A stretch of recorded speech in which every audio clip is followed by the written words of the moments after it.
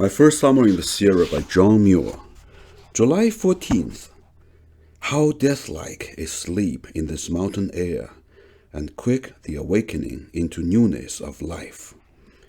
A calm dawn, yellow and purple, then floods of sun gold, making everything tingle and glow.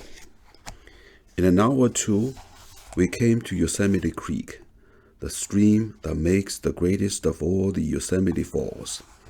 It is about 40 feet wide at the mono-trail crossing, and now about 4 feet in average depth, flowing about 3 miles an hour. The distance to the verge of the Yosemite Wall, where it makes its tremendous plunge, is only about 2 miles from here. Calm, beautiful, and nearly silent, it glides with stately gestures, a dense growth of the slender two-leaved pine along its banks, and a fringe of willow, purple spirea, sedges, daisies, lilies, and columbines.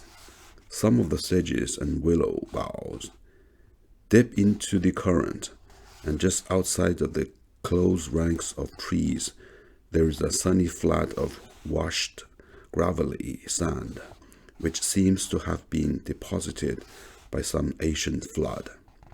It is covered with millions of flowers and leaves, forming an even growth, slightly dimpled and ruffled here and there by rosettes of Spraguea ambellata. Back of this flowery strip, there is a wavy, upsloping plain of solid granite, so smoothly ice-polished in many places that it glistens in the sun like glass. In shallow hollows, there are patches of trees, mostly the rough form of the two-leaved pine, rather scrawny looking, where there is little or no soil.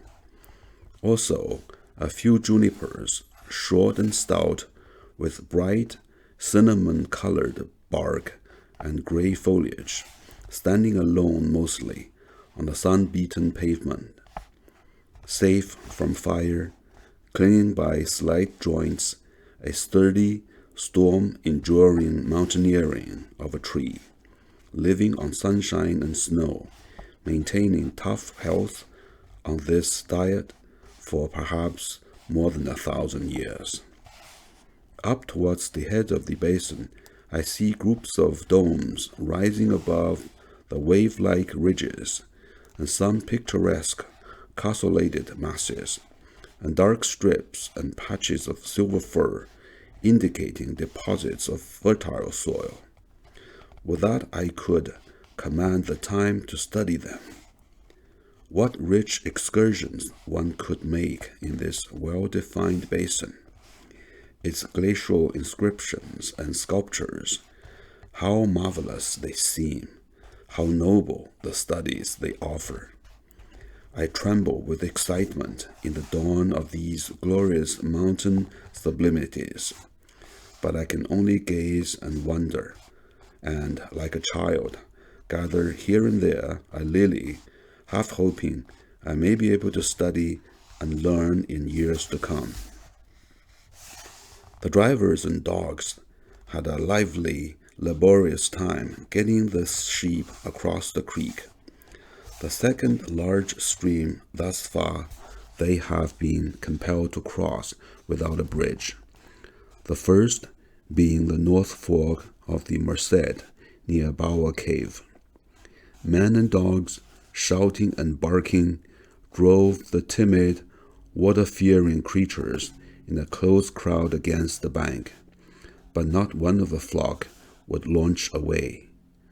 While thus jammed, the Don and the shepherd rushed through the frightened crowd to stampede those in front, but this would only cause a break backward, and away they would scamper through the stream-bank trees and scatter over the rocky pavement. Then, with the aid of the dogs, the runaways would again be gathered and made to face the stream, and again the compacted mass would break away amid wild shouting and barking that might well have disturbed the stream itself and marred the music of its falls, to which visitors, no doubt from all quarters of the globe, were listening. "Hold them there! Hold them there!" shouted the Don. "The front ranks will soon tire of the pressure and be glad to take to the water. Then all will jump in and cross in a hurry." But they did nothing of the kind. They only avoided the pressure by breaking back in scores and hundreds, leaving the beauty of the banks sadly trampled. If only one could be got to cross over, all would make haste to follow. But that one could not be found. A lamb was caught, carried across, and tied to a bush on the opposite bank, where it cried piteously for its mother. But though greatly concerned, the mother only called it back. That play on maternal affection failed, and we began to fear that we should be forced to make a long roundabout drive and cross the widespread tributaries of the creek in succession.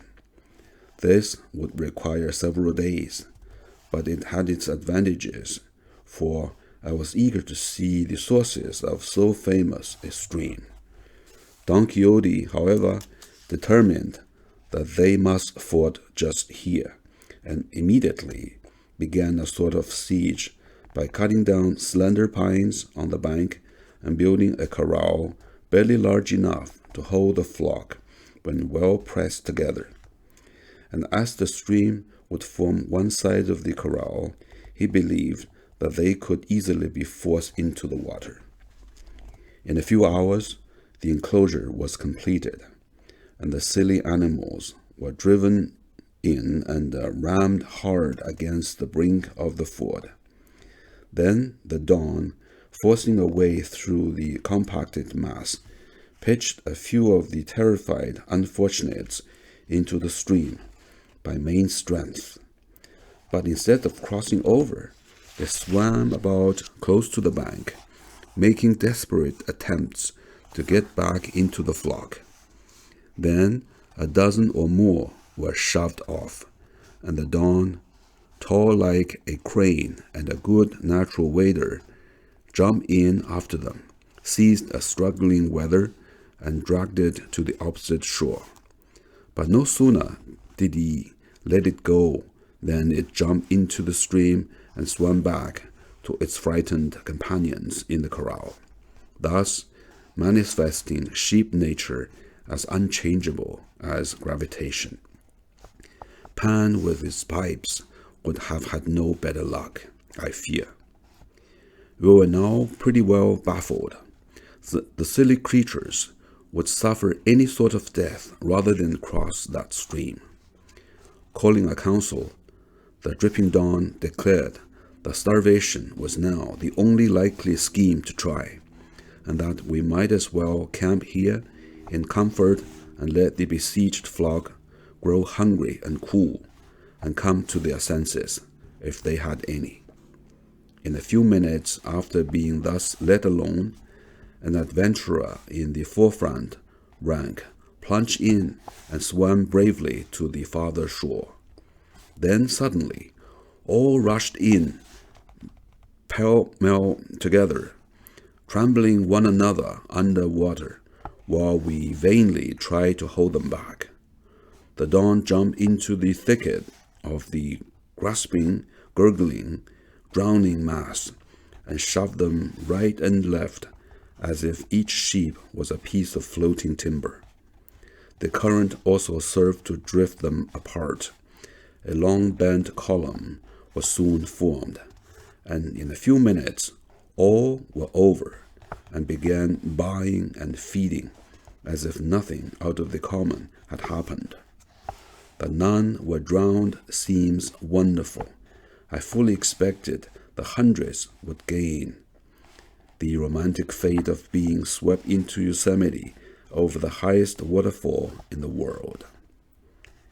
As the day was far spent, we camped a little way back from the ford, and let the dripping flock scatter and feed until sundown.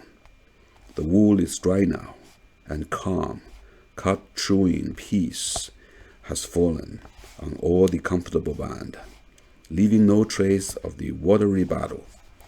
I've seen fish driven out of the water with less ado than was made in driving these animals into it. Sheep brain must surely be poor stuff.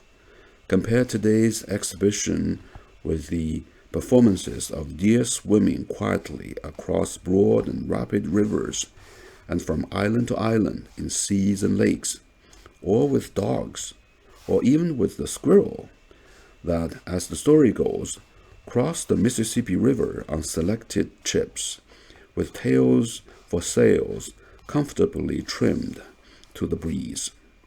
A sheep can hardly be called an animal.